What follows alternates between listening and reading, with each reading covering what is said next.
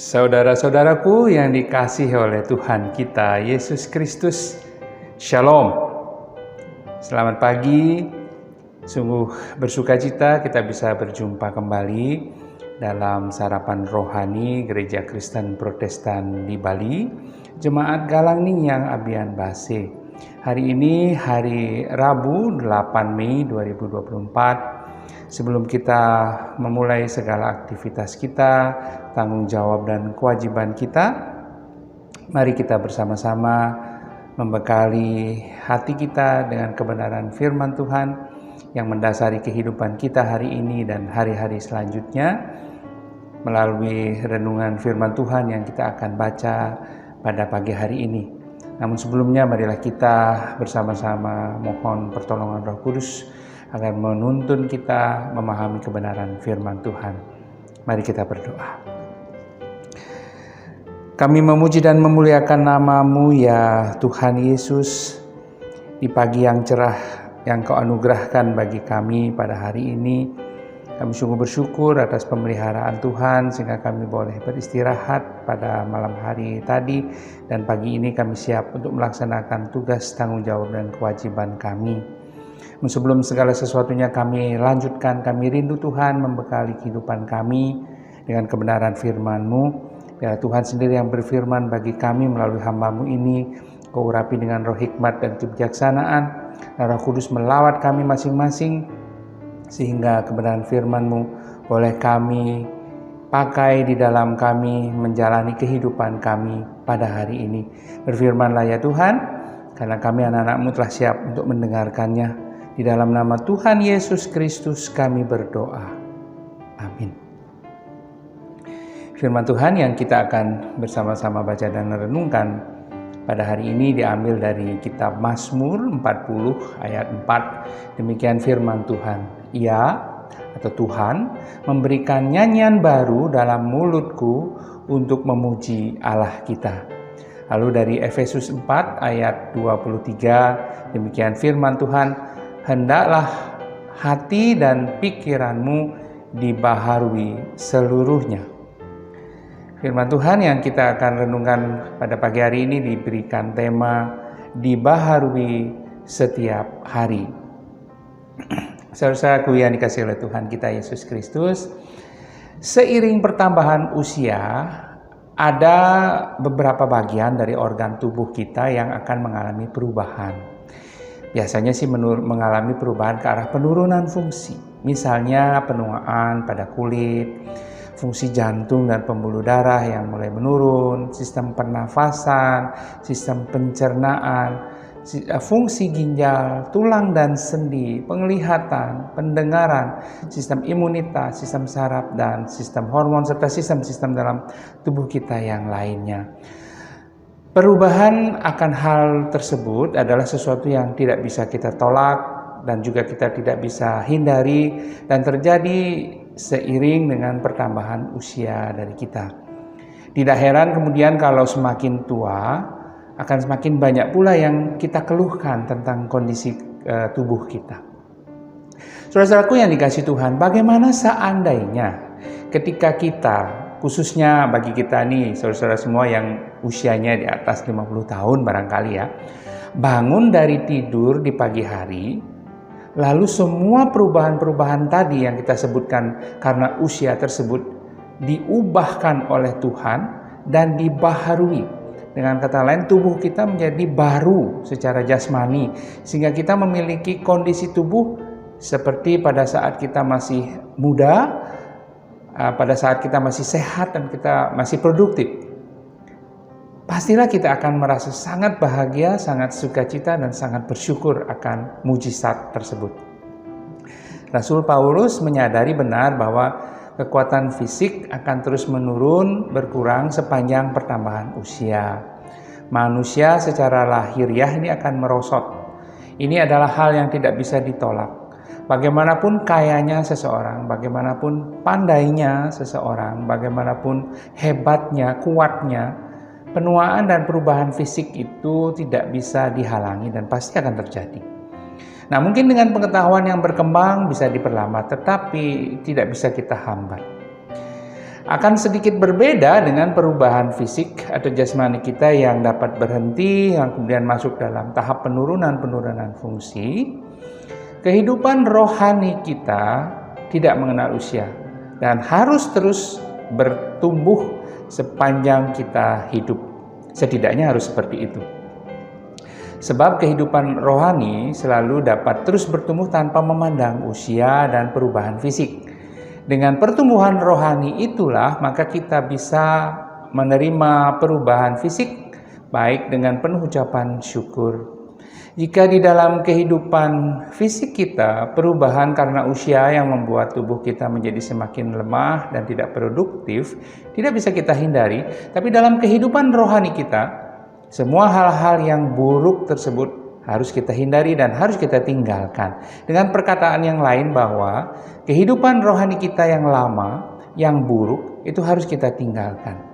Firman Tuhan mengingatkan kepada kita bahwa setiap orang percaya tanpa terkecuali itu untuk meninggalkan manusia lama serta kelakuannya dan mengenakan manusia baru yang terus-menerus diperbaharui untuk memperoleh pengetahuan yang benar menurut gambar Khalik, Sang Khalik.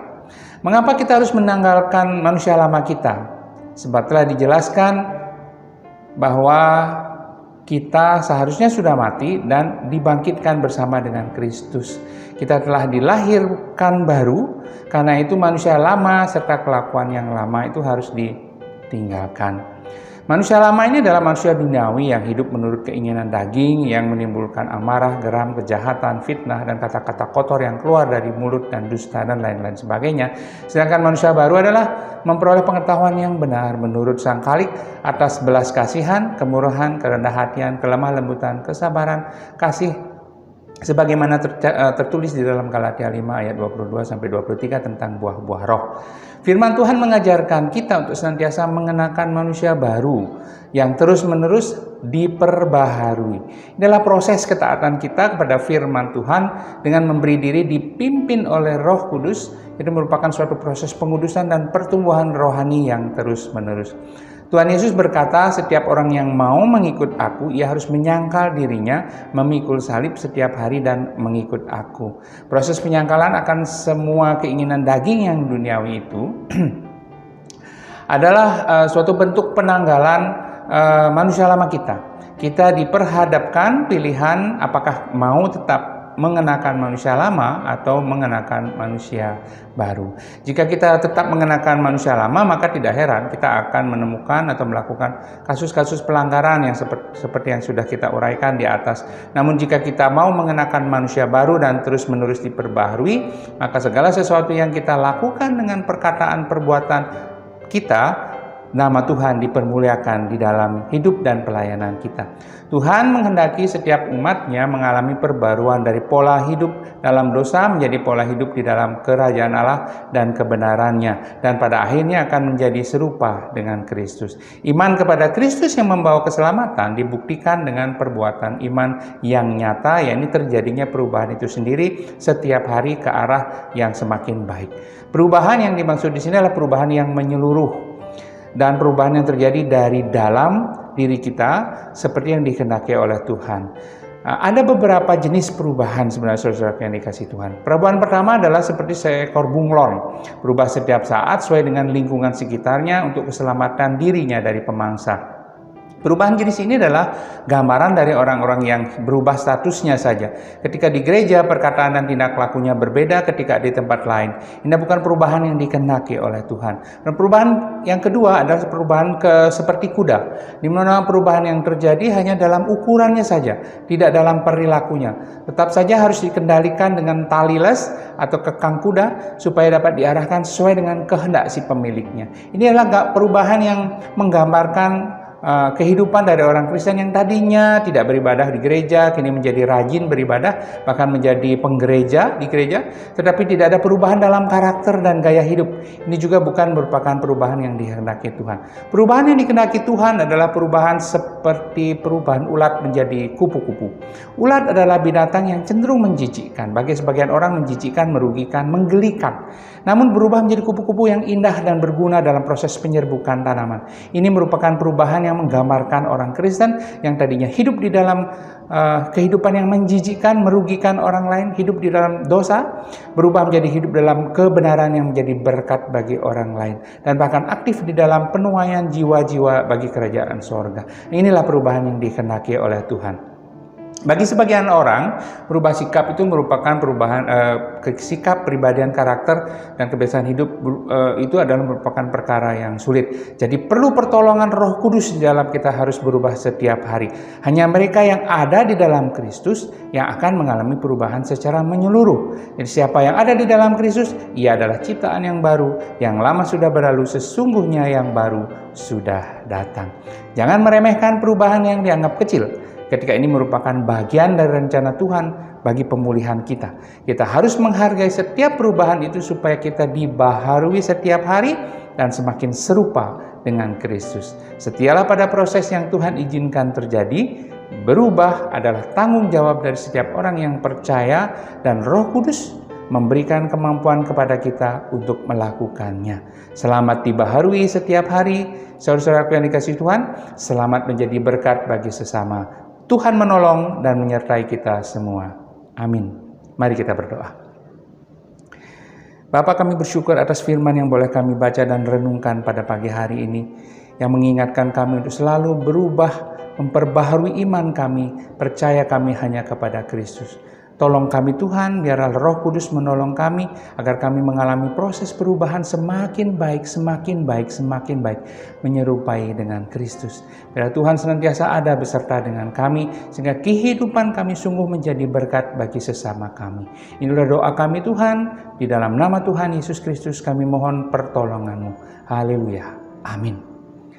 Selamat menjalani kehidupan yang dipenuhi dengan perubahan ke arah yang lebih baik, sehingga sungguh hidup kita menjadi saluran berkat bagi sesama kita. Shalom.